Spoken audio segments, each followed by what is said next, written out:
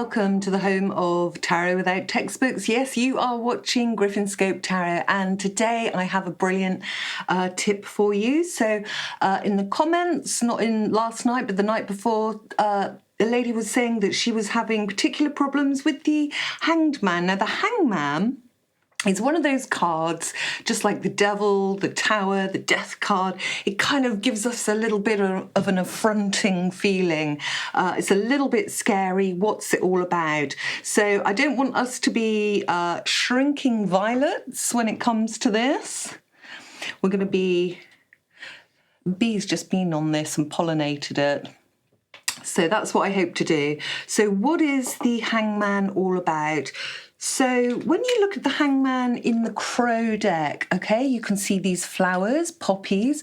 Poppies represent not opium and perhaps sleeping and being off perspective, but we've got the crow tied to the branch of the blossom. The blossom is the new perspective, the new way of thinking coming in. Notice how things are temporarily suspended, and rightfully so. So you've got to kind of give in to this one because it's time to think, pause, relax, and just let things kind of settle in to your mind where they feel right. So if I was to ask you the question, is it a yes or no?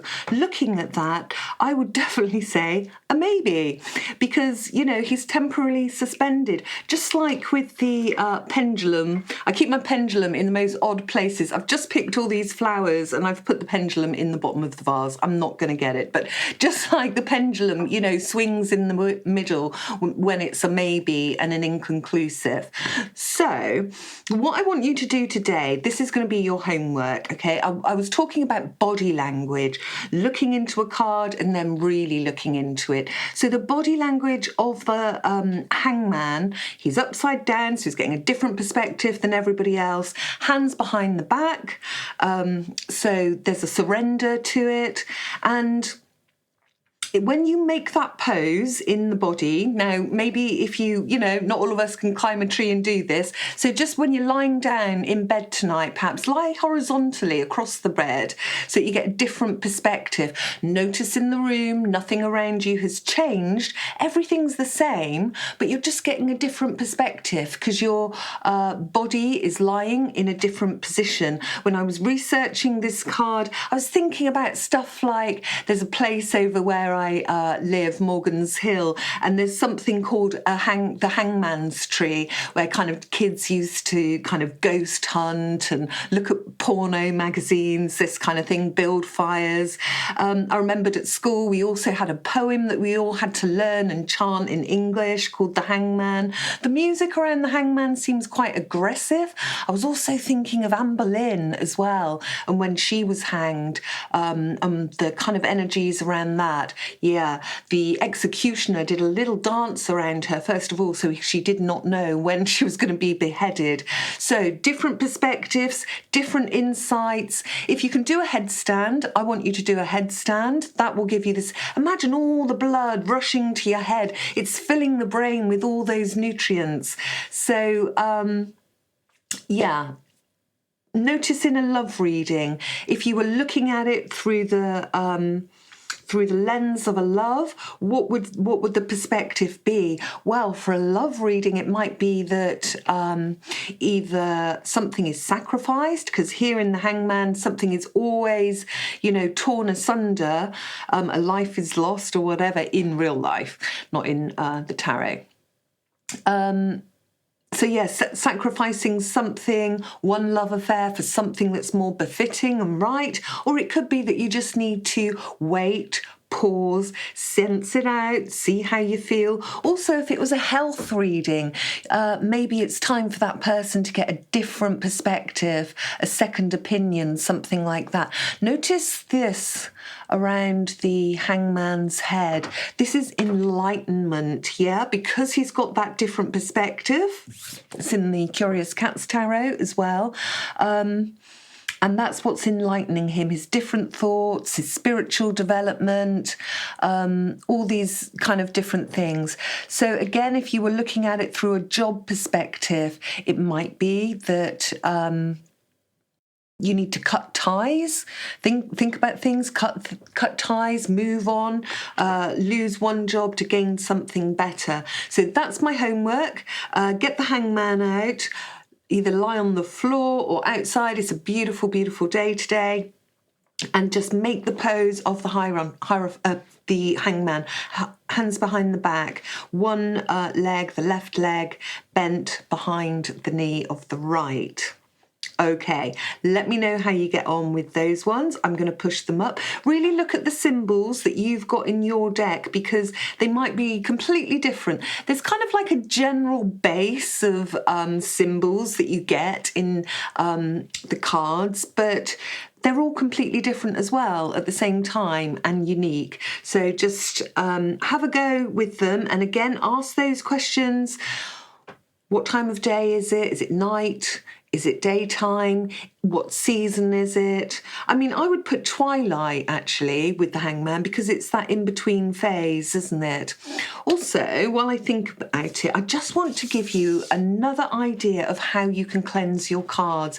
So this is something that was taught to me by Edith Katz. Edith Katz is a prolific tarot reader, and I met her when I lived in Holland. And she's married to Rachel Pollack, who's written many books on tarot. So she tried to teach me tarot through the textbook way and realised she couldn't do that. And so we did all these different ways of learning. This is one of the ways that we started off. She blessed the tarot deck with a horseshoe. And then she put a candle in the middle. She put all her cards, being a prolific reader, right on top of my brand new deck. And then she just literally blessed them and left them for a little while. It is a full moon tonight, so it might be a good idea to try this. Maybe you could put some rose petals, high energy vibration in roses, the highest apart from oud. Also, when you're just generally touching the cards, and I've asked you to pick out things like significators, and a couple of you said, oh, you know, I'm not feeling the tingle, I'm not feeling the magnetic pull. It is literally like everything, a muscle in the body. When used frequently, even if it's just for 10 minutes, 5 minutes a day, will produce the goodies that you want. It will produce dividends. It will come in different shapes and guises. The intuition, it'll be through a flash of a vision. So for instance, the other day I had those of you that do watch the Griffinscope readings, of a white rabbit when I started the reading, and I was shuffling and thinking about Prince Harry, and lo and behold, it kind of tied the reading together for me at the very end. I felt like I really understood it, kind of thing. So keep doing your daily readings as well. These will be 3 or 4 cards. You put them out at the beginning of the day. This is not overdoing things, because it's just a day reading. The books will tell you, you can't read for yourself, you shouldn't read too often. Well, you're not reading on the same thing. It's a day reading, so it will come up with different things. If I was to read every single day on love life, for instance, then I would get themes, but you know, you need to keep it a little spaced out too. So yeah, don't forget to remember that when you're shuffling them upright, the work is outer. When they come out and they're inverted, the work is on the inside to do. So demystifying the hangman then. Hopefully it's not too scary for you anymore. It's time for pause. It's time for some self-reflection before going forward, before cutting that tie with the past, the old ways of thinking, the poppies, and blooming into the new ways of thinking of the blossom. The crow will know when time to come down from the tree that it's tied to, and when it'll be earthed again and be able to manifest some of those new perspectives. So notice any of the legends and things that are in your mental architecture around the hangman. What comes in, what comes to mind. So I want to leave you with a tip as well. Because we talk about energy, understanding energy, working with energy. And it's even in what we ingest, isn't it? Take in pollen, these little beautiful golden granules there, natural antibiotic, but it is literally a panacea. Do your homework on this. It's absolutely incredible. Getting in tune with nature, also eating nature's foods, also helps you tune into your readings. So we started with the shrinking violet there, and we're ending with the beautiful dandelion.